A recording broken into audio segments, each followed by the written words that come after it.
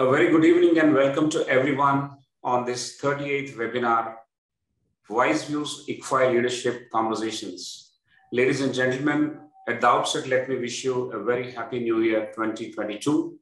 And on this New Year first webinar, we have with us Mr. Rajiv Chilaka, and Mr. Rajiv is already joined us. Please join me in welcoming Mr. Rajiv to this webinar. Mr. Rajiv, welcome to you. Thank you so much. It's going to be an exciting conversation today as ever, and we have huge number of registrations and a large set of questions which we are grappling with. We will try and consume everything within the 1 hour or 1 hour 10 minutes that we usually take. We have an exciting presentation to be made by Mr. Rajiv, but before that, please allow me to share my screen. I will do a brief intro of the guest. So welcome to Wise Views. These leadership conversations we hold every Friday at 7:30 p.m. This is the 38th webinar, as I said, uninterrupted. Over the last 7 months or more, we have been holding these conversations every Friday. The topic today is Brand Beam and how we are going to track the local story going global with the creator, Mr. Rajiv Chilaka, being with us. He is the CEO of Green Gold Animation. That is the organization which has actually created Chota Bheem. Chota Bheem is a very powerful, popular character, and more about it in a few minutes from now. It's going to be a half an hour or 25 minutes of an initial talk to be delivered by Mr. Rajiv, and then we'll have 30 to 40 minutes of well-structured questions and answers. This is handsome Mr. Rajiv Chilaka, and a brief intro. He created, as I mentioned, the popular Chota Bheem. It's an iconic character which became the sparkling mascot of Indian animation industry. It's a pioneer, treading an illustrious journey into the millions of hearts of kids, not just in India, but across the world. Green Gold business now spans across television, movies, digital, and licensing and merchandising, reaching a viewership of more than 60 million kids. They also own and license India's biggest children's IP with over 100 brands across multiple categories.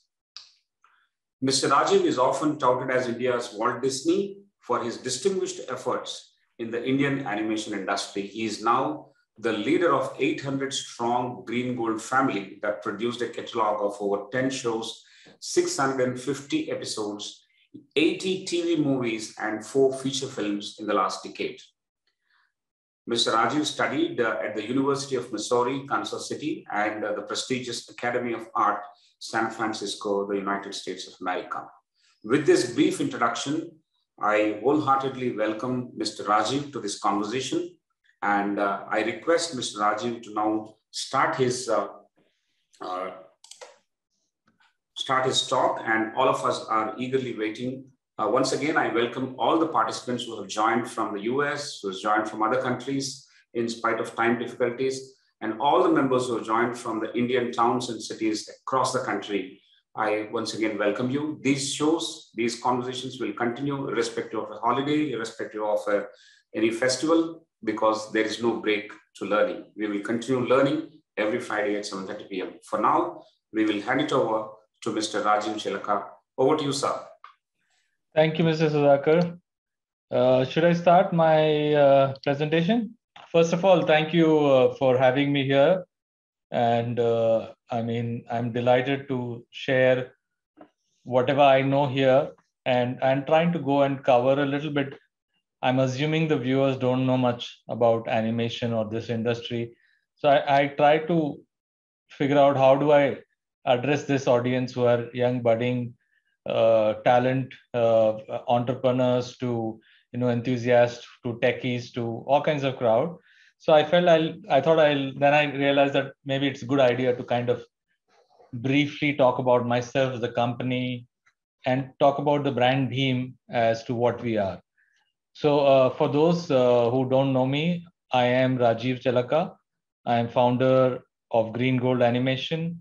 I'm a creator. I've created a lot of animation shows, the most popular being Chota Bheem and Mighty Little Bheem. I'm an entrepreneur. I'm an investor. I have directed a lot of animated kids shows, including 6 feature films. and I am continuing to do that. Most recently, I've directed Mighty Little Beam, which has gone on to become a worldwide successful show. And a lot of people assume that since I'm in animation space, I can draw well, but that's not true. I'm horrible at drawing, especially when compared to my artists. I don't compare at all. I'm a storyteller. I don't talk too much. I just do things, achieve things. I'm not a guy who boasts and that kind of a guy. I am a dreamer. And as you can see, this is not a zero, this is a laddu. And I'm a laddu lover, especially bundi laddus. So, so as a founder, this is where we are. This is our current office in Hyderabad, Gachibowli, Platina building. We have almost about 40,000 square feet of infrastructure, high-end infrastructure, and we are employing around directly about 600 people who are in the animation space, and another 200 who are into distribution, licensing, merchandise, soft toy manufacturing, and other things. And we indirectly give employment to another 400 people, 200 in Rajahmundry and 200 in Kolkata.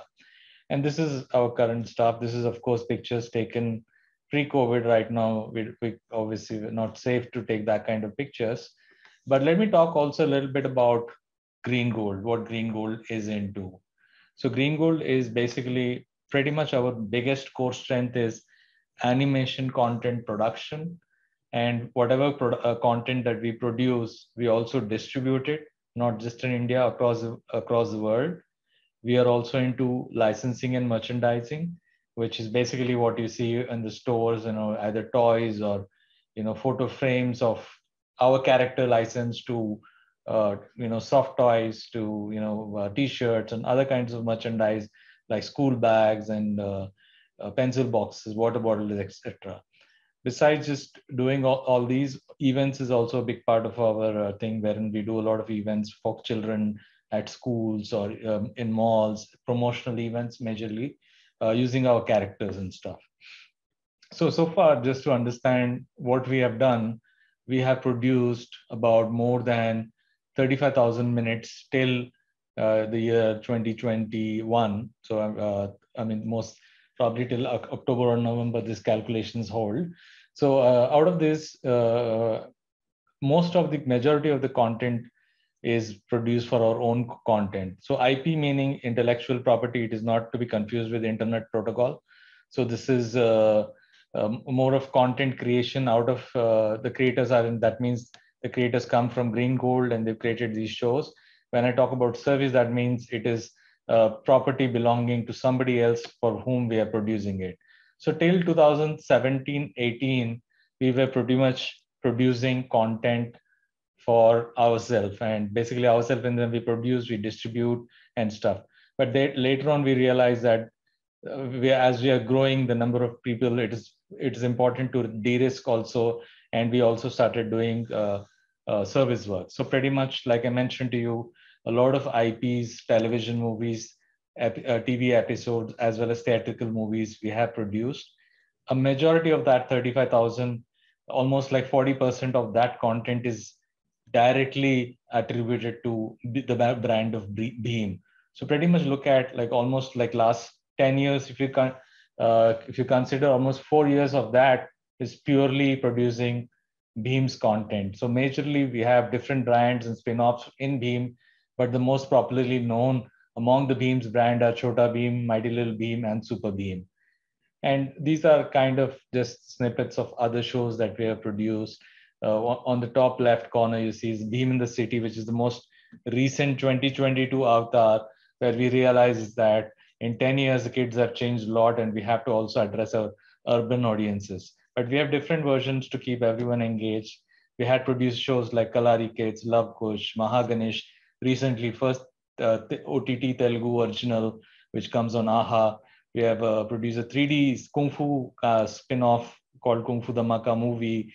We produced Mighty Raju, Arjun the Prince of Bali, and various other shows. So those were IPs, and these are pretty much the service products. So we're working with basically international as well as domestic clients. So we have clients in Argentina, America, UK, Japan, and India as well. So we're producing different shows And of course, the most popular among these is Ninja Hattori, and currently Rudra, what you see in the middle center top, that is the #1 show for kids in India.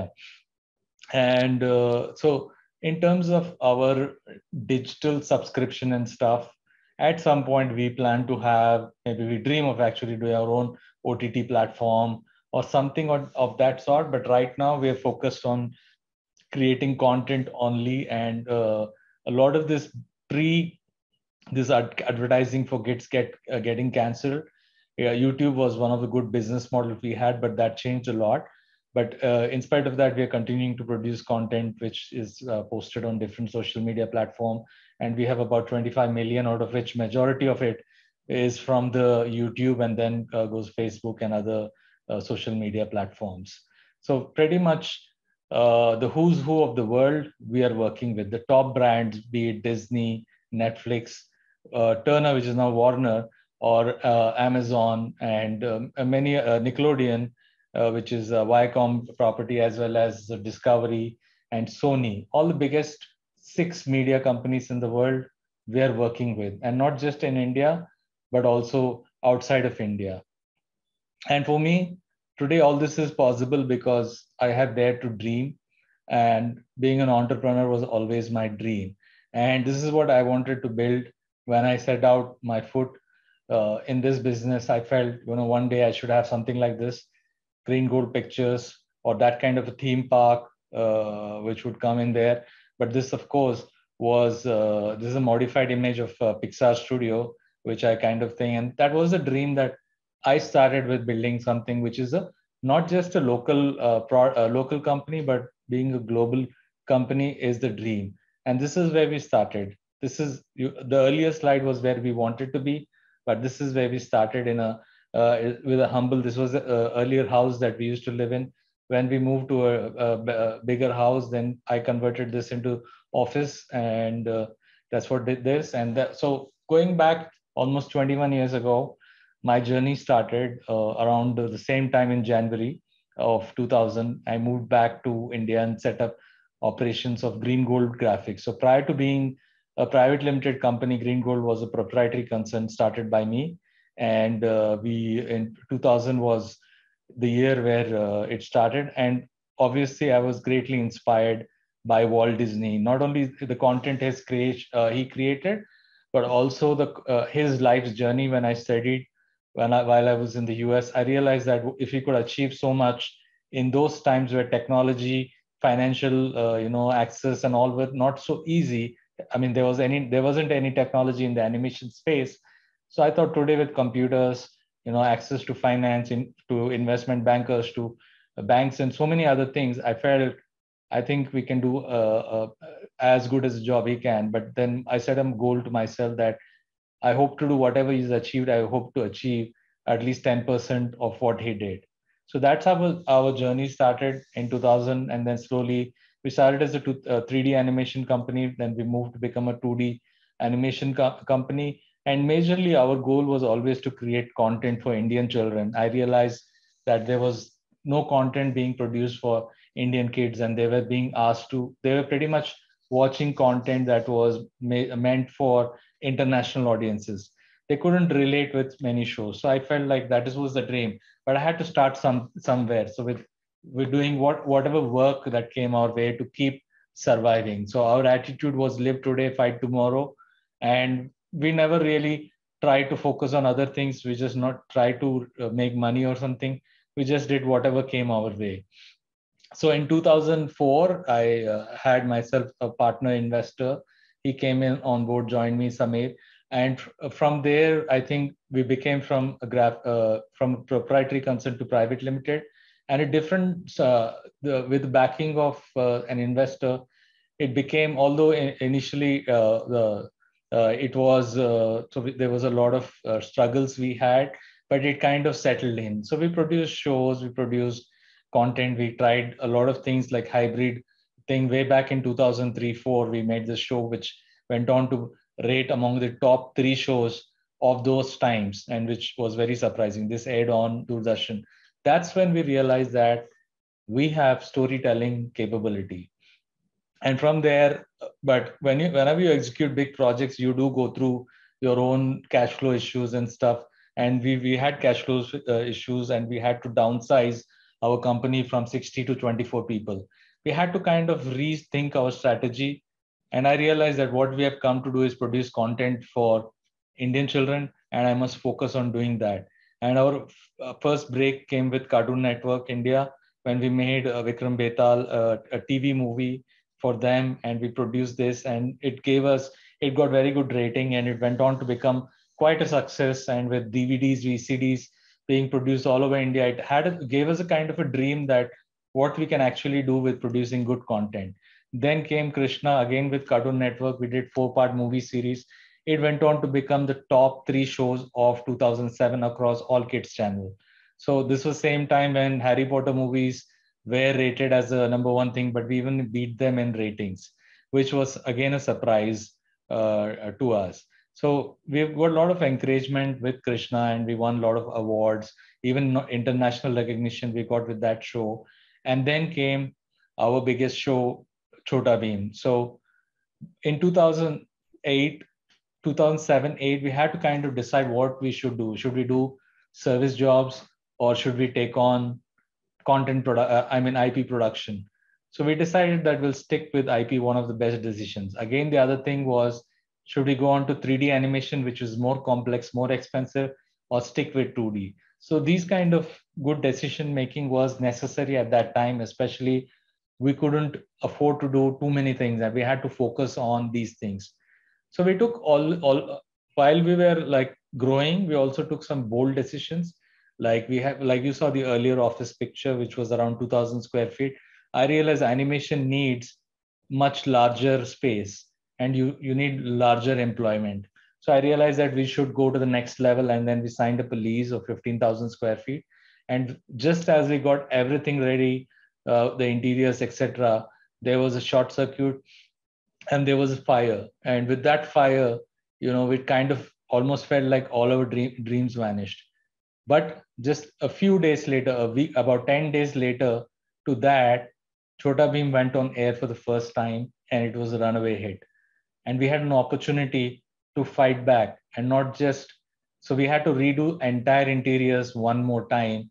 And it costed us a lot of money, but we had hope in Bheem. So it took us a few years for us to come out of this mess, but we did it.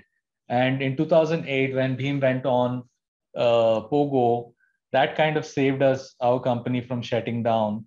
And we didn't, and then it not only just it saved us, but it went on to basically be a flag bearer for the Indian animation industry. From there was no looking back. Bheem went on from achieving one milestone to the other. The ratings were on the top. It was a hit with children as well as with the moms. They were happy to allow the kids to, it's important that you get permission from the parents to watch the show. They were getting that. And then soon it went on that Bollywood actors were using our characters to promote their movies. So which was something that we never imagined that would happen. So with all these crazy things that were happening around us, we saw an opportunity to kind of get into the merchandise space. And we kind of followed the Disney model and got into merchandise and started doing all kinds of things, from comics to storybooks to DVDs to merchandise to T-shirts and a lot of other things. So we always tested before we went on. We started with putting up small booths, testing our products, and we also did some crazy things. Like when we put our merchandise in Charmas, we bought Bheem in an open top car. We rented that and we bought it, and then it was a rage. Something like the whole of Abbott saw that this Bheem's character was come and taken on. With this, we got encouraged to put our own stores. This is one of the first stores we put, and this was in Eat Street and Necklace Road. And again, this booth did very well. And then we had bigger and better shows. We did fashion shows for kids. It went on. It was no longer just a Hyderabad story. It was a national story. Obviously, we also had some failure stuff. It's not just everything we touched went well.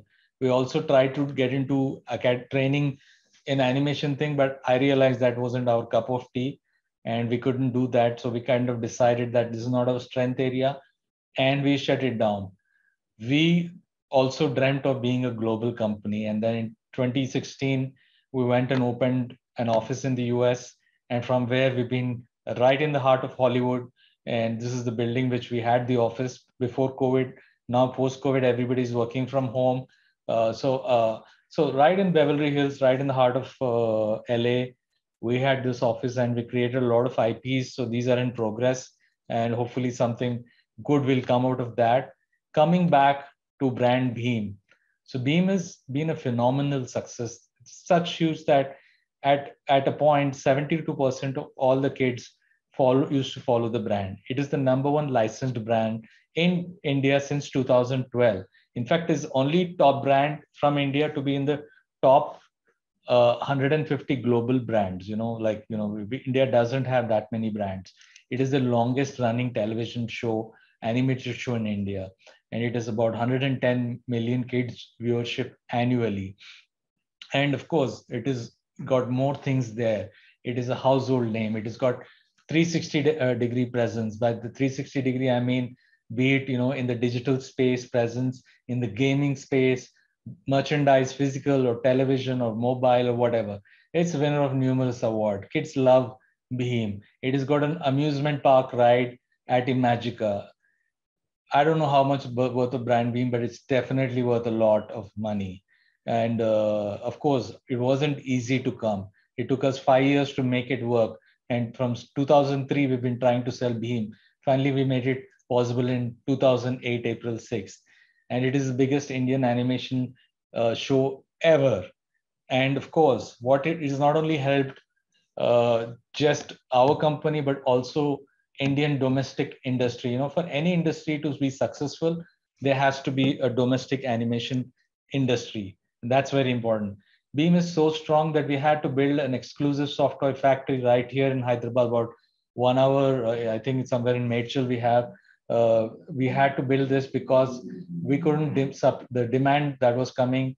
We couldn't get it from China right in time. So we had to build our own soft toy factory. And about Bheem, we were always, although the character completely looks Indian, we were always thinking global about that character. This is kind of the growth chart we had for Bheems. So many things produced. There's spin-off shows like Mighty Raju and Arjun, the Prince of Valley, where we produced more than 200 episodes. These have been born out of the Bheem show. And of course, we produced like about 4 feature films on Bheem alone and 3 franchises at the Chota Bheem, Super Bheem, Mighty Little Bheem, as well as now in 2022, we just launched Bheem in the City. So, and the journey continues to grow. So this is kind of Bheem's universe, from 2D to 3D avatar to his friends, we got all kinds of things, This kind of the brief journey to 2008, 2000, 2D characters, simple. We had a 3D avatar, then a modified 3D avatar to a baby Bheem avatar. Again, it continuing. I mean, it's not like the popularity of Bheem is going. It continues to be a popular among the kids. And I thought that was kind of lifetime of a Bheem is 10 years. I thought it's going to end just in time. 2019 came Mighty Little Bheem, India's first Netflix original for children. And this not only India's first Netflix original, but also Asia's first animation original. This has become a major hit. It is #1 preschool show and Netflix. Not in India. This is globally the #1, and it is not just successful in English. I mean, this is a sound off show. There's no dialogues in the show, but this has been the most popular show even in Latin America, countries like Brazil, Argentina, or Europe like Germany. These are countries where they never watch Indian kind of shows, but this has opened the gate. I mean, if you see on YouTube alone, Mighty Little Bheem has more than 4 billion views on that channel. This was Reed Hastings, the founder of Netflix. I mean, Netflix is one of the largest media companies in the world today.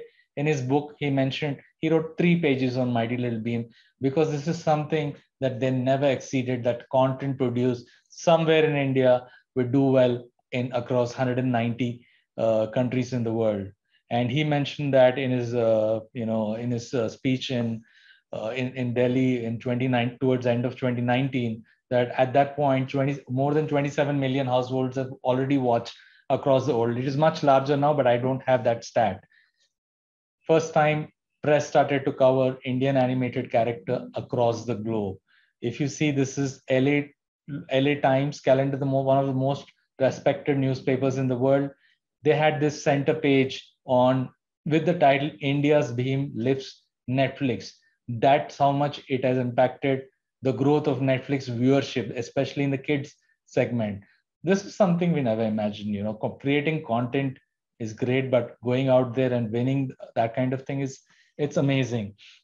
More importantly, what I'm touched is that UNESCO, this is 75th India's year of 75th Independence Day, 75th year of independence. And at this landmark independence year, Netflix and UNESCO have partnered to celebrate and promote India's rich cultural heritage around the world with the help of our own mighty little Bheem. No longer Bheem is a Indian phenomenon, it is a global phenomenon. I'll briefly take you guys through production design, just some slides of how we created, and then I will end my presentation and open to Q&A. So this is basically how we created the Bheem. So we had a 9-year-old Bheem. We had to age it down to a baby. And my instruction to my character artist was, if you design this baby, if you see this baby on TV, we should feel like picking him up and pinching his cheeks. We have to have that kind of cuteness in the baby, and we were able to achieve that. And of course, we had tried various kinds of role play in that. We had an opportunity to create Dholakpur all over again, and we made a clean, clear, beautiful village. We recreated that, and it came out so well. The landscape artists had an opportunity, time, budget to create something like this. So these are some of the visuals from the series Mighty Little Bheem. So when we create the episodes and stuff, we create a mood board. We have a color palette. Important thing to remember that usually kids shows, preschool especially, which is age group of 2 to 4, we always try to keep the colors bright and light colors and bright colors. The lighting is always day lighting. Sometimes only rarely we use dark lighting, like in this case where they have entered a haunted house by mistake. It is not haunted though, but they think it is haunted. So we, in such a scenarios, we do. Also, we realized from Netflix, how do you design your logo is so important. And we kind of made this color palette of different posters for our episodes. And then, of course, just a snippets of what kind of episodes. This is on Netflix, guys. And the episode is only 5 minutes. Try to watch it. This is made in Hyderabad. So I hope you guys like it. And so these are different episodes. We have all kinds of naughty things that Bheem does. I just want to end my presentation with one saying that is not mine, it's anonymous. Warriors are not the ones who always win, but the ones that always fight. And so in life, I think we have to be successful. We need to fight. We need to struggle hard. These last couple of years were difficult times with COVID and other challenges that every company, especially every private company, faces in India. But I guess it's time we up our game, show the world that India can do wonderful things. Mr. Rajiv, thank you very much for this phenomenal presentation, which captured the journey of Chota Bheem, as well as the impressive journey of Green Gold, including that of yours as an individual, as a dreamer, as a storyteller. I think we are extremely proud of you, not just because you are from Hyderabad. We are proud of you more because the brand of India has gone global, and with persistent efforts, great deal of strategy and perseverance of an entrepreneur, which is dosed in heavily in your journey. So we're extremely proud of you. I want to tell you that we are joined by our Honorable Vice Chancellor, Professor Mahendra Reddy. We are also joined by several of your friends who studied with you in your engineering college. We are also joined by some of the people from US and other parts of the world. Once again, thanking all of them and wishing them Happy New Year. I just want to briefly capture the fantastic journey that you have covered. Is that you have been a pioneer for the animation industry at the domestic level, at the India level, and 360 degrees it has come now in terms of getting inspired from somewhere outside has been the norm.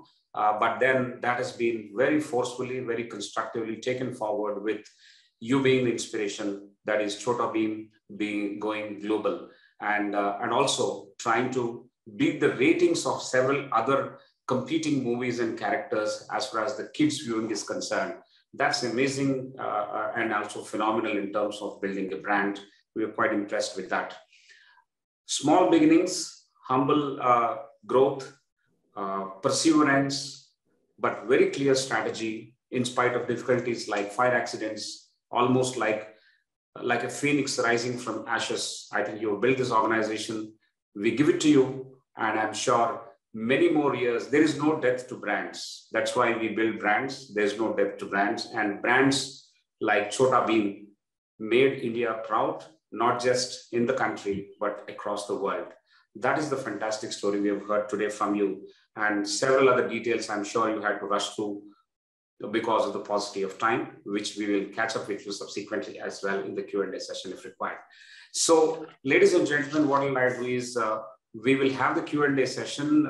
We thank Mr. Rajiv for this wonderful presentation, but the questions that you all have pulled in at the time of registration is now structured into different clusters, and there are about 4 clusters. These questions will be taken up by Professor Prasad, who's my esteemed colleague, and myself alternatively. And a brief introduction before I call in Professor Prasad. He's an entrepreneur, worked in the corporate as well as in academics for the last 3 decades, an alumnus of IIT Bombay and IIM Calcutta. He is the architect of the latest MBA program that we have launched. It's called Fully Online MBA Program. Several visual effects and multimedia effects have been brought in to make the online content extremely interesting. I'm sure he will have some of the questions to Mr. Rajiv and some lessons we can learn from Mr. Rajiv as well. And several other important facets of ICFAI we will touch upon in between wherever it is possible. So I request Professor R. Prasad to initiate the moderation, and we have roughly around 30 minutes or 35 minutes to do everything. So over to you, Professor Prasad. Thank you. Thank you, Professor Sudhakar Rao. Very good evening, Mr. Rajiv. It's been very inspiring. We feel the presence of Chota Bheem in this session. Perhaps one of the very, if you take the percentage share of cartoon that perhaps people like me have watched along, of course, with our children, I think Chota Bheem takes the cake by majority. So I think the first question is related to that. A lot of the audience is very interested in knowing that. So they thank you first of all for giving India Indianized supersized superhero. So the question is, what was the inspiration and thought process behind creating the Chota Bheem character and stories from all the variety of characters that India has? So one of my childhood favorite characters, I had like kind of 3 favorite characters as a kid. And of course, when we look back, it is mythology that we were exposed to. So Bheem was my most favorite character. Then there was Krishna, and then there was Arjun. And I was a big fan of Mahabharata and those movies we used to see, made in Telugu, Maya Bazar, all these kind of things. I used to enjoy, even Gatoj Gaj and all these characters. So when I thought like, what kind of characters, what story I should tell, I found that Bheem's story would be the most amazing. But then I realized that if I go on to tell the original story of Bheem, that is from the Mahabharata, even though it's the childhood of Bheem, there would be too many characters that I need to focus on.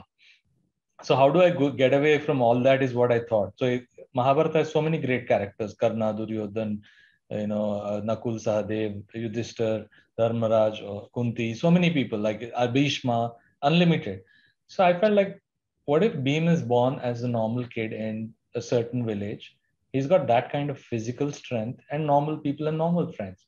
How would he be? And he's not a prince, he's a common guy like anybody.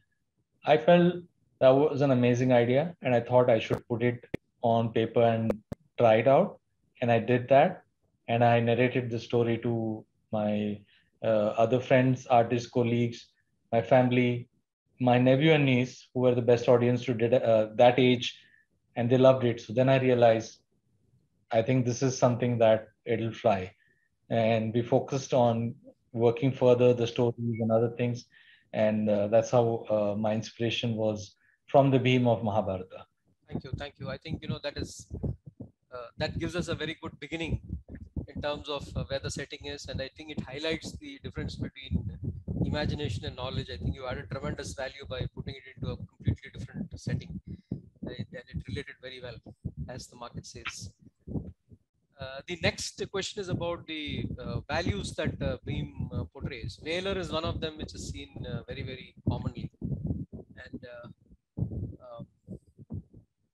what are the kind of values that you wanted to bring in? What you thought would reach the children and they would like? I think so. When I felt like when I was looking at Indian children growing up in that, in the decade of between 2005 to 2015, I realized that a lot of these people are becoming, a lot of families are becoming nuclear families for the reason that the parents are in the village, they've come to the city for jobs. So I realized that they're missing that grandparent educational values. When grandparents sit and tell the stories to the moral stories rather to the grandchildren, that was something missing. Then also the ethnicity that India has, our festivals, our your things like simple things like being honest, simple things like telling the truth. Also Indian cultural things like doing namaste or touching the field of elders or standing by your friends in difficult times or family members. So these were kind of the core things that we focused on. Same time, teaching about Indian festivals was an important task we had. People, whatever we are doing, there's Diwali, there is Holi. I mean, we don't see that usually in animated shows. And I felt, we have to give some kind of a learning about these festivals, why, what is happening, and also same time entertain them, because the most important thing is if you take out the entertainment, nobody is going to watch the show. Even simple habits like if you've seen Beam shows, washing your hands, not even, this is even before Corona time, kind of washing before you eating or brushing your teeth. And we don't show it like forcefully, hey guys, you should brush your teeth every morning. We don't do that. So when your favorite character just gets up, stretches, brushes, smiles at himself in the mirror, kids tend to do that also. But if it's not in a preachy way. And then also eating healthy, this was time when India was suffering a lot from malnutrition.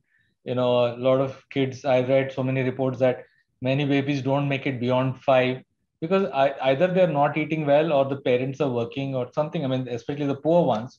I thought there should be some element where we are encouraging these little children to eat.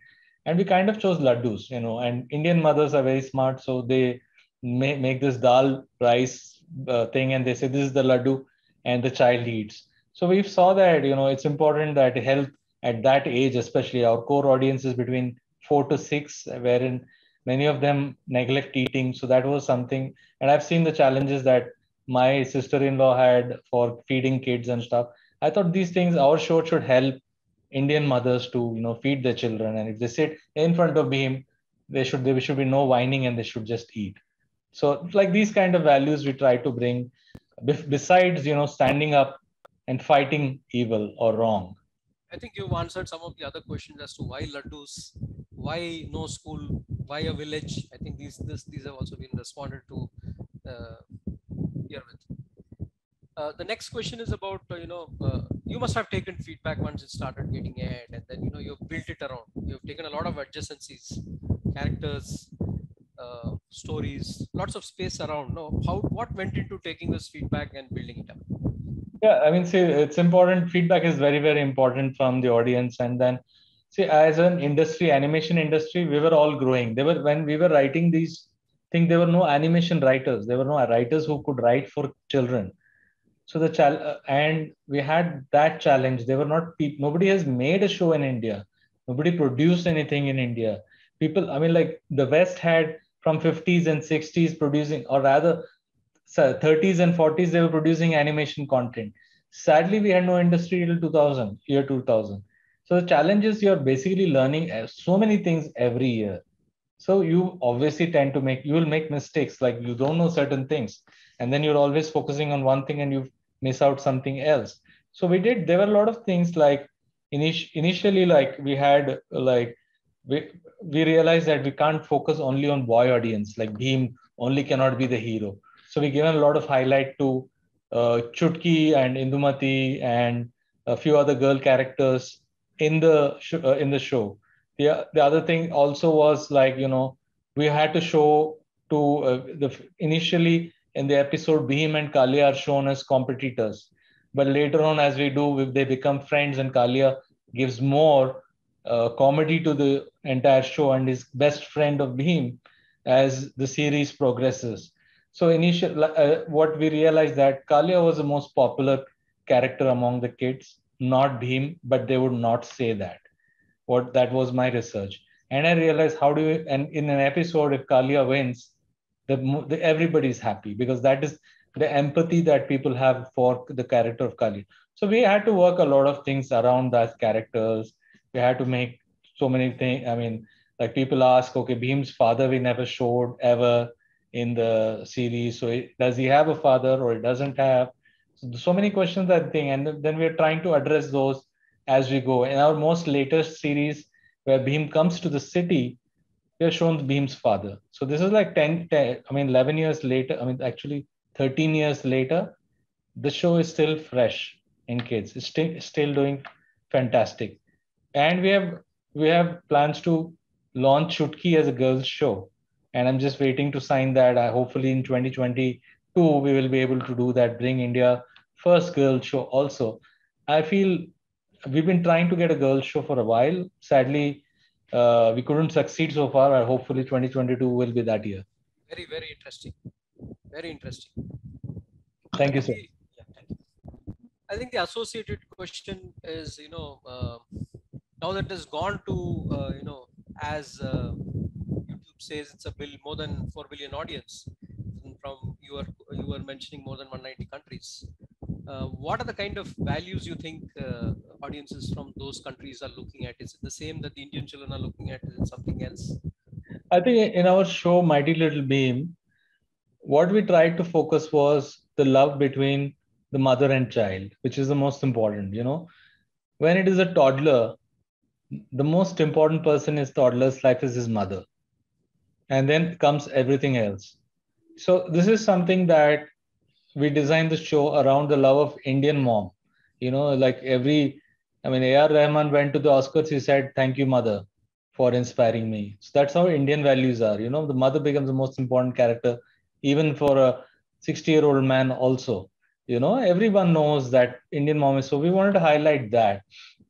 And that is what connected around the world, the relation between the mother and child. And what all the pain that mother goes through raising that child, because children at that age are extremely naughty. They have to be taken care of, and they can just disappear in a while. They can just crawl around, and the mother gets no rest.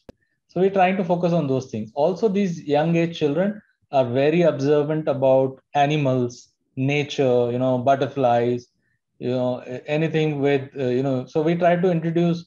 I was watching old films, Telugu, Hindi, all those things, and I used to see most heroes, heroines used to have a calf as as one of the characters in the movie. And slowly, as we come to today's movie, we don't see that. So because was true about 40, 50 years ago, where people used to have cow shed in their house, no longer it is there. So we try to bring those kind of Indian values to the whole thing. And in the living on the farm is such a common thing worldwide, actually. It's not, we don't get to see that. So we try to play with nature, fun things. And I realized mother is the only person can actually talk. So there's no dialogues in the show, which is one of the reasons why it connected with all the audiences across the world. Also, it became easy for Netflix to market the show because it doesn't have to do any dialogues or dubbing or translations and all those kind of things. It resonates. And animation, like music, animation is universal. Excellent, excellent. I think, another very important point is, though my son is now 13 years old and parents urge him, you're still watching Bheem, he still watches Bheem. So, I think that much of power is there in the brand. Thank you very much. I think I hand it over to Professor Sudhakar Rao for the next cluster. Thank you. Thank you. Mr. Raju, I think this is getting very, very interesting. As you initially mentioned that you are not a great talker, but that is completely proved wrong. I think layer after layer, you're giving so many details of how you went about it. There's a great deal of research. There's a great deal of thinking behind creating such a powerful brand. So from branding point of view, there are a few questions that I would like to put together. And the first of that is how the brand image development was conceived for Chota Bheem, the first show for you.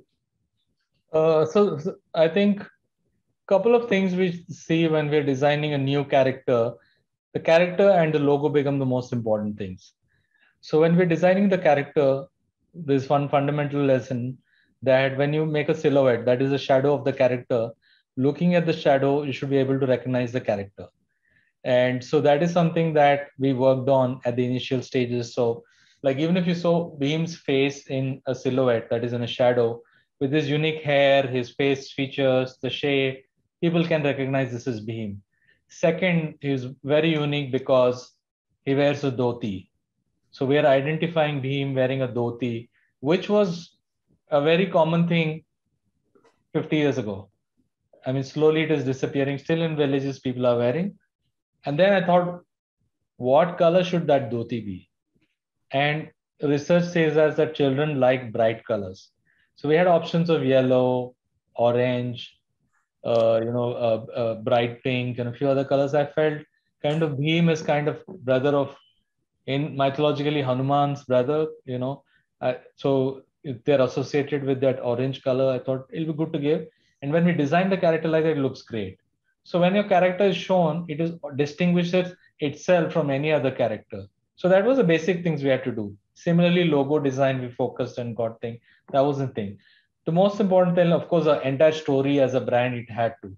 And then when the show was successful, we didn't sit idle and just pray for things to happen.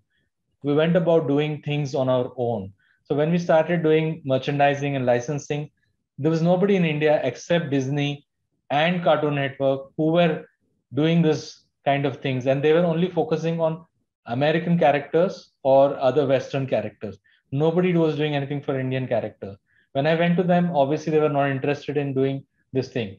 Then I had to go to a third party. Then I said, why do I have to go to somebody who has got no infrastructure, work with him, help him build, and then I'm at his mercy? Then I thought, why not we make it ourselves? And then we started building, working backwards. And then we made this, and today we can distribute to more than 30,000 stores across India. And if you walk into any supermarket, anywhere in India, or a Kirana store, there is at least one product of Bheem there. It could be a toothpaste, could be a noodle packet. It may not be our product, but you will see Bheem.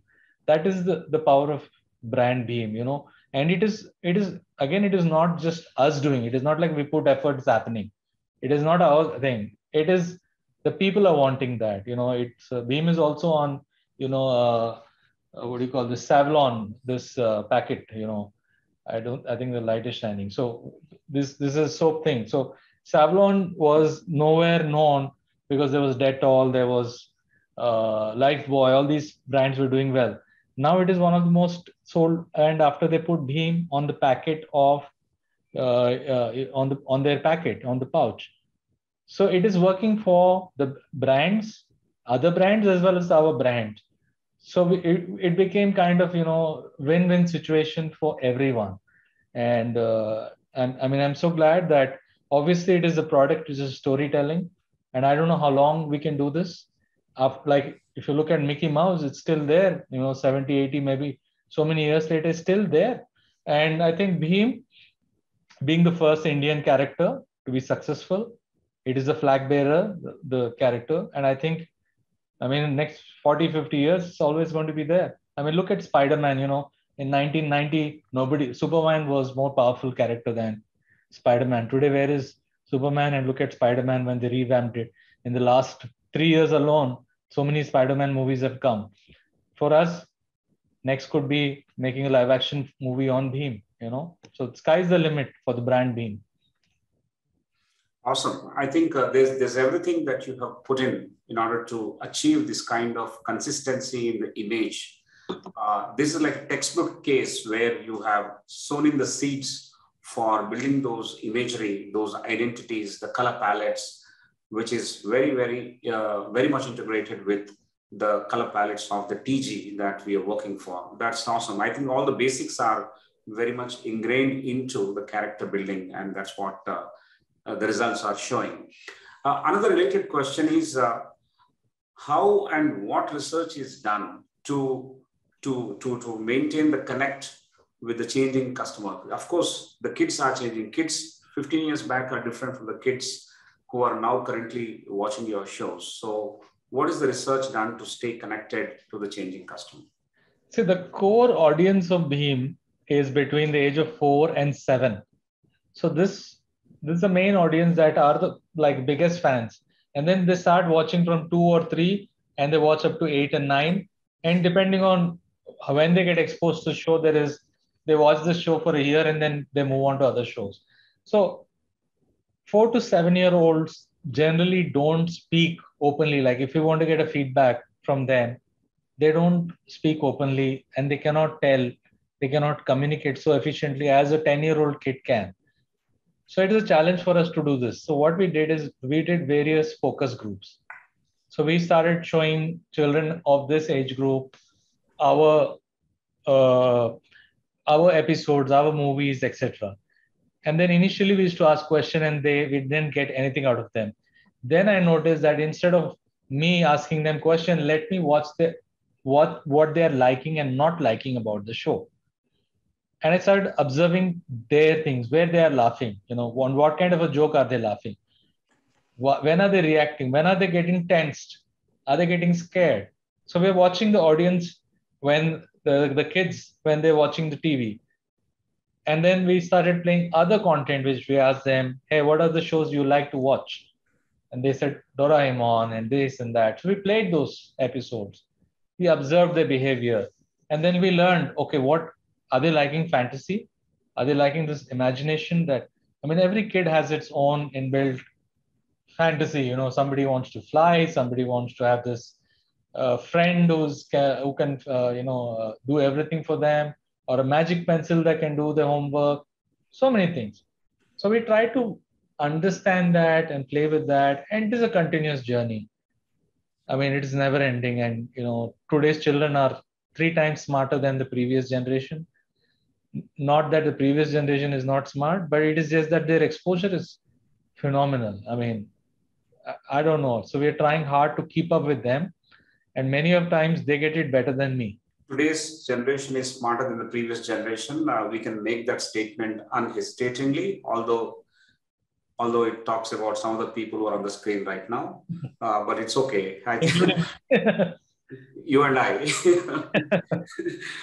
but then the takeaway for us is how difficult this marketing research can get to, especially when you handle focus group discussions for kids of this age. If your core group is 4 to 7 years and you wanted to elicit responses, understand what they like and they don't, it is so difficult. Yet, I think given the age group and given the segment that you are catering to, you persisted and brought out those aspects by observation method, both manual as well as mechanical observation methods in the focus group discussions. That's a fantastic takeaway.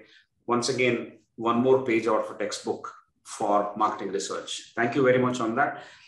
Just an additional point, the superhero Chota Bheem that you have created, or the Bheem character that you created, is extremely popular, and it stood the test of time for more than 10 years or 12 years, 13 years now. Do you believe that can Indian superheroes compete with Marvel and DC in future? What's your take on that? Absolutely. I think we can definitely, Bheem is just a tip of the iceberg.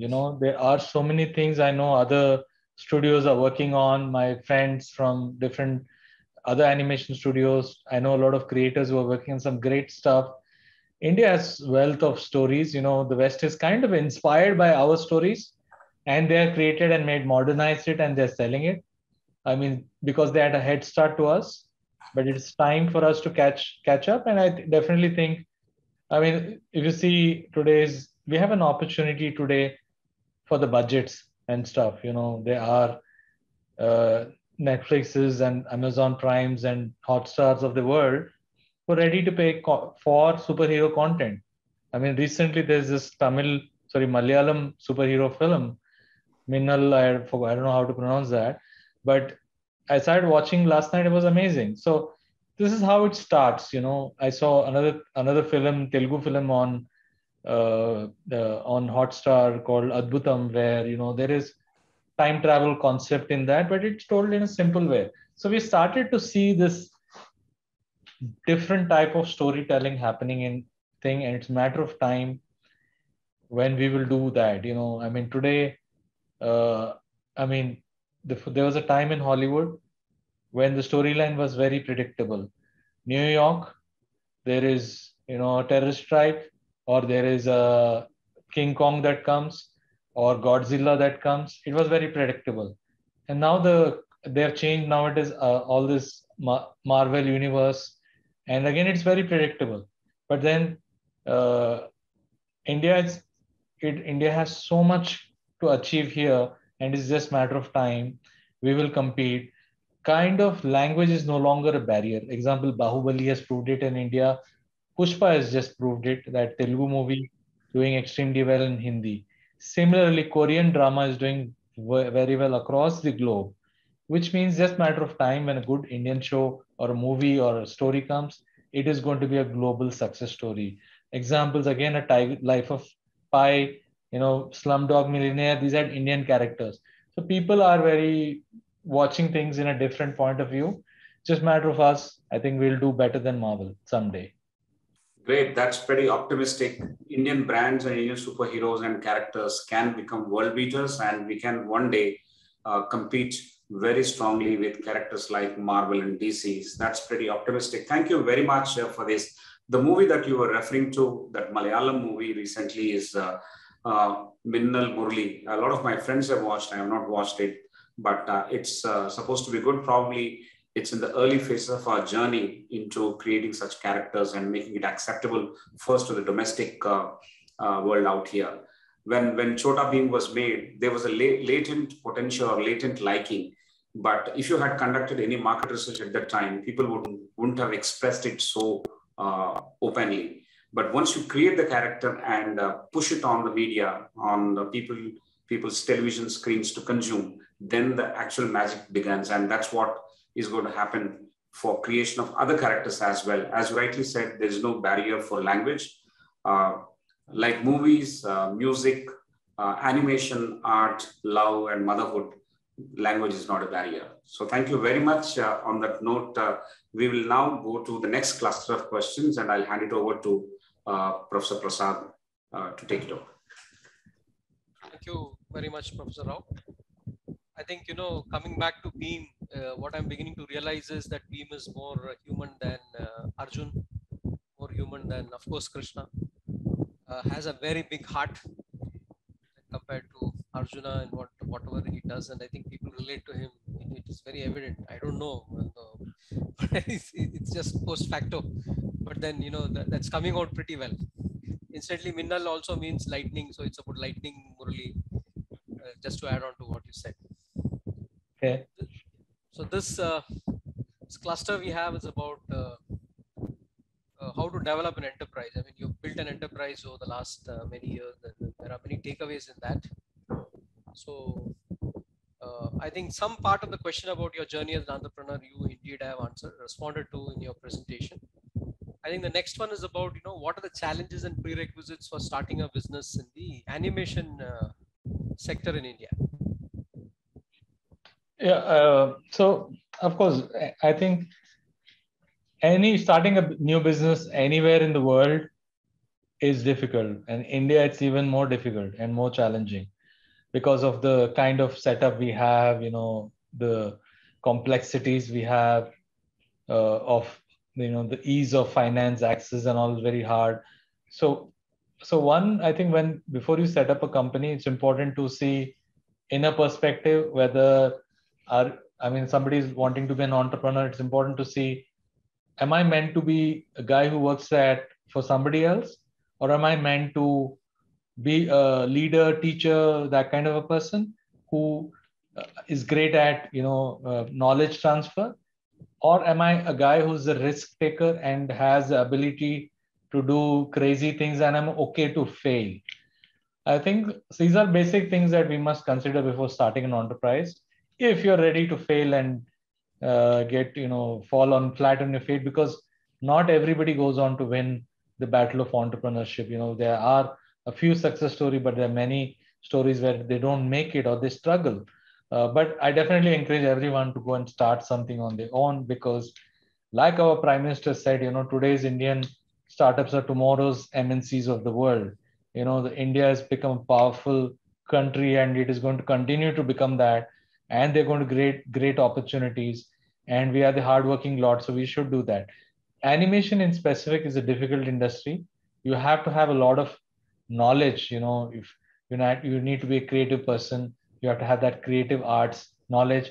You have to have knowledge of physics. You need to understand how things move, fall, gravity, anatomy, how a human thing, emotions. So you kind of have to be a really, a great observer to get into this field. And about technology, it's complex. It's not easy at all. It is very complex, sometimes more complex than even computer science. Some of the things, not all of the things, certain things are pretty simple. So to be, it's important to, when you're coming to animation field setting up, it's important to have kind of those strengths, to right brained as well as left. If there are two people, if they can have that strength, that's great. But it's not easy, this field. But India has a bright future. We have 350 million kids. There's so much possibilities of making so much content for them. And if you add Asia to that, more than 500 million kids. I'm not considering China, because generally that is, we can't sell inside China, but look at 500 million kids, it's a huge market. I mean, if you put Europe altogether, there's 40 million children. Look at the market we have in India, especially with OTT, where people pay you directly. Imagine what is possible in India. So I would definitely encourage people to take up entrepreneurship or starting an animation company. Thank you. I think that gives some perspective to many in the audience. The next question is about digital marketing. How did you see that influencing? What sort of strategies work for you in that space? So in terms of digital side, it's again a very interesting space. So much is changed in the last 7-8 years. 10 years ago, example, Netflix was nobody. Today they are one of the powerful companies in the world. And for at one time their stock almost was equal to Disney stock, and they were giving Disney a competition. But Disney has of course launched its own OTT digital platform, and look, again they're back at the top. So digital side of things, it is continuously changing, and it is important to keep in pace with the technology. So there are so many things that are happening, from Facebook to Insta to Twitter to YouTube's, and some free digital platform to OTT platforms. And now, besides all this, there is also these metaverses of the world. People are now, if you haven't heard about metaverse in the last 1 month, that is a surprise to me, because metaverse is a new, what do you call, like a hot word. And what does metaverse meaning? I was like, first time when I heard, like, what the hell is that? And then I just looked up Google, and that is basically the artificial world of computers and stuff. So when we are interacting with anyone in the virtual space, that is a metaverse. So example, a Fortnite game is I don't know if anyone plays here Fortnite, but any digital game that you're playing with an online player, a virtual world is a metaverse. So today, metaverse is the hottest thing. And so much of it is being created. There was this company which built Fortnite that made millions and billions of dollars. And the game engine today is like Unreal and other game engines have suddenly out of the blue come and even introducing them to their software to the animation world. So the digital platform is going to be continuously changing, and it is not as simple as making content and putting it out there on certain platform. Tomorrow's world, it is going to be much more interactive. You can it's all about avatars. So my avatar can be Bhim's avatar, somebody's can be Kalia's avatar, and somebody can be Krishna or Arjuna or whatever, and we can interact or party in the virtual space. So sky's the limit in the digital world, and it is continuously changing strategies. Every 6 to 12 months, we're re-evaluating our digital plans. I think that's useful for all of us. The element about technology trends changing, as well as the fact that interactivity is going to be a big thing into what all of us do, whether it's in animation or whether it's in education. The next question, you had a venture which went into training. I've always felt that what is there in entertainment has a lot of benefit in education if it is adapted properly, and because a lot of that imagination and thinking has already gone into that. So what are your takeaways, or rather, what insights would you like to offer us in higher education from that space? I think first thing I want to say that I have great respect for teachers, professors, people who give knowledge to others like you guys. I have great respect for you guys because I know for a fact it is a special talent, and it is unrecognized area in our country, where people used to say, guru comes first, and somewhere that kind of a thing has disappeared from our country. And I think there should be more recognition for even institutions who give knowledge, great institutions like IIT and so many other institutions, IAM, Indian, the ones you've studied. Look at what they've done to our country. Let's change the face of a country in like 30, 40 years. So look at where we were even in 1999, and look at where we are in 2022. In 20 years, everything changed. And this was basically the roots that we have invested in the education of our people. So I think that is something I have great respect, and I want to bow to you guys for being able to do that.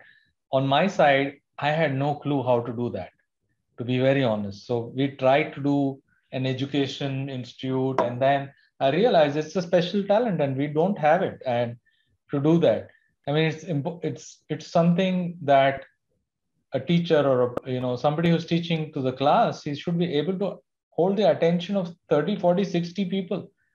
And we couldn't even hold the audience. We couldn't even do that for 3, 4, 5 people. So this is an area I'm not an expert. So you guys are the experts. So I really can't comment on this more than this.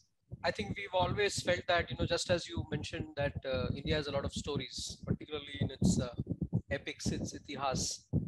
And a lot of people have written about it. And today, a lot of books are getting released, particularly after 2000, which have got adaptations of those characters. A lot of people, particularly in management education, who refer to them in order to educate. So there's quite a bit of potential. I think we need to think more about what we need to do there. I think I need to read those books. I think with that, I'd like to hand it back to Professor Rao for the last cluster. Yeah, thank you very much. I think just a point. I think one book that just came to my mind immediately is by Gurcharan Das. It is called The Difficulty of Being Good, and it's on the Mahabharata. And he's with all the characters equally, not just the heroes. Yeah, I'll look up that. Yeah, Rajiv ji, I will send you that book in no time. Thank you. Then I don't have to write it down. No, don't write it down. That book will be on your table very soon. Thank you. Thank you very much. I think this is, as we spend more minutes in your parlance, we are getting more number of questions again on the chat box, but we need to end this somewhere. I will do that by wrapping it up with a few questions, 1 or 2 short questions that we have. The audience is asking, do you have any tie-ups with schools to actually, broad base the impact of the characters that you are creating? Do you have? We had done something in the past when prior to the lockdown and this scenario happened where everybody's reevaluating things. So there were some plans going on, but it kind of stalled. But we hope to do that in the near future. Okay, great. The second question is about how can your success, because this has been a flag bearer, this has been a very inspiring journey, and so are the results there for us. So how your success can be replicated in other sectors? I think Indians need to understand, entrepreneurs, and think that we need to create products. Every product, which is out there today, Indians have kind of attempted those products. They had the plans for doing that, but they didn't go about it, and they kind of had been convinced of, choosing service over, everything else. If you see any top product, I mean, a product could be even a Google map is a product, A lot of these people, engineers who have worked on it, the ideation, they are from India. Maybe many of times it is their idea. We don't know that. But, we didn't have the means, somebody didn't have that. So it's important that we create products. I think it's for creating products, one, we have to be, like I said, if you're too smart, you will end up not making products because you've thought of all the things that if you fail, what will happen. But if you're not as smart and then you figure out that it's okay to fail, then, it opens up many more opportunities to take risk. Like what Tesla has done, went on and produced electric cars that, it kind of can drive you. These are things that we imagined and dreamt as kids. I mean, we can do the flying car, someday that is possible, but somebody should go out and dream, and they will be called stupid for doing that. But I think it's important to go and do more products than, than just doing service jobs. Great. That's a great advice. We Indians should do more of products than services that we tend to take to. Instead of trying to be too smart, I think we should stick our neck out and take the risk and then create those world-beating products that we are capable of. Fantastic advisory out there. The next question, Rajivji, is about what is your outlook on the NFTs, non-fungible tokens, with respect to animation industry and creating those digital assets? And some of the later year animation companies in India are also talking about it, and world over there is a discussion on NFT with special focus on animation industry. I think it's a new opportunity for content, owners, or, some people who own something cool to put it out there. That's a great platform to put it out there and make some money and sell and resell, so this is very new, like, it's a very early stage, 6 months ago or 1 year ago, most people wouldn't have heard of this. And, same thing with Bitcoin, we really don't know how well these things will operate, how, government across the world will react on these things. Would they allow free trading, like what is happening? We don't know these policies. Nowadays, governments are too busy fighting the COVID issues and stuff. I don't know what will happen in these areas. To be very honest, it's too early to guess what it is. But right now, it is a great opportunity for people who have something unique to offer to people to put it out there directly and make some cash on it. A friend of mine created something and put it out there and sold it for $150. And within a month, it is now valued at $1,500. So, wow. I mean, I said, he's going to come and teach me about it soon. I have no idea, honestly, about how to do that yet. But when I'm ready with that, I'll definitely be able to answer this. That's great. That's fantastic to hear about. The next question, Rajivji, is about, do you offer any internships for budding writers? We do. Yes, we do. And there is greengold.tv, www.greengold.tv television. You can reach out to us and do that. We are always encouraging writers because that is something that India lacks, especially in the kids space. Fantastic. What according to you are the top 3 qualities of leadership to survive in present day world? I mean, there's so many textbook things there. I think the leader should be able to smile in spite of what, make his team believe that, we'll pull it off, no matter what. And of course, he has to make the team feel that they're better than anybody in the world, I'll give you a simple problem like I had, like when we're trying to make a feature film and my team member said, how can we do the, how can we do what the West has done? They're Disney. How can Indians do? I said, we have the same hands, they're using the same hands to draw. We have the same tools today. We can no longer complain. So kind of, able to inspire your team is very important. And of course, the textbook definitions are so many, so I'm not going to talk about them. Great. Thank you very much.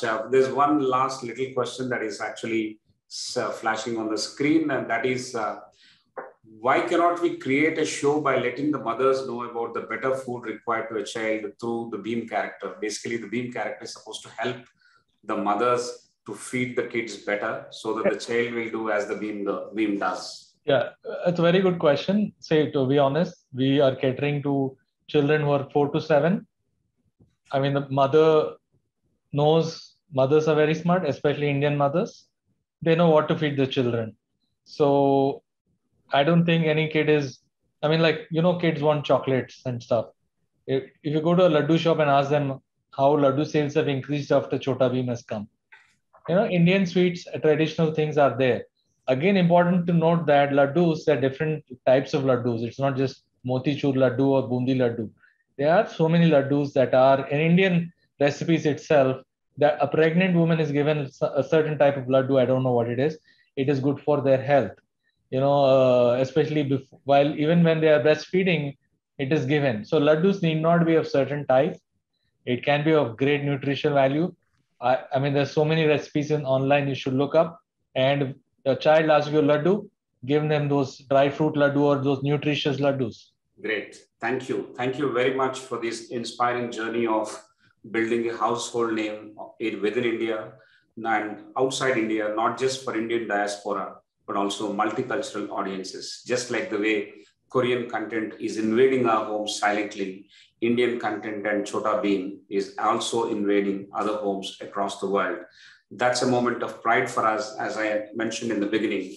This is a flag bearer and a representative of what Indian creativity and talent can do. And you being a pioneer in the Indian animation industry and hailing from Hyderabad, we are extremely proud of you. May the storyteller in you create this industry. So we call it as storyteller industry in itself, looking for opportunities from the emerging technologies, from the rising market, as you mentioned, 350 million kids that are available captive within the country. And if you add Asia, it's about 500 million kids. So the market is large, opportunities are huge. The templates of building a brand in animation space is already very much existing with us. Take the job very seriously, stick to fundamentals, be willing to take that risk. And as a leader, you are trying to convince your team every now and then what others can do, we can do a little better. And the question is not about can we do, it is the question is, yes, we can do a little better. So that is the kind of takeaways that we have in today's conversation with the brilliant creator, Mr. Rajiv, who is with us. Ladies and gentlemen, it has been a fantastic discussion over the last several weeks, and including this one. I want to, on your behalf, thank Mr. Rajiv Chilaka for this fantastic conversation he has offered. He has got so many viewers, so many questions, as I've been mentioning.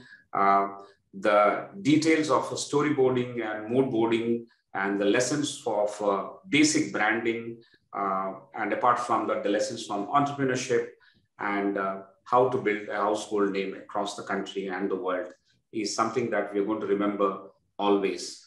And also that warriors are not those who win every day, but warriors are those who are willing to fight.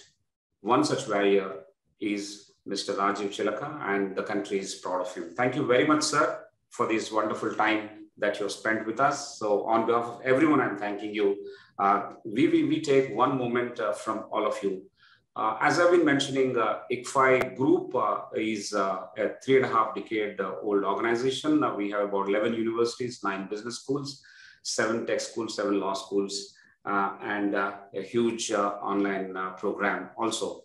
One of the programs is architected by Professor Prasad, who is on our screen. So one of the responses Mr. Rajiv has given is that You guys in education know better what to do.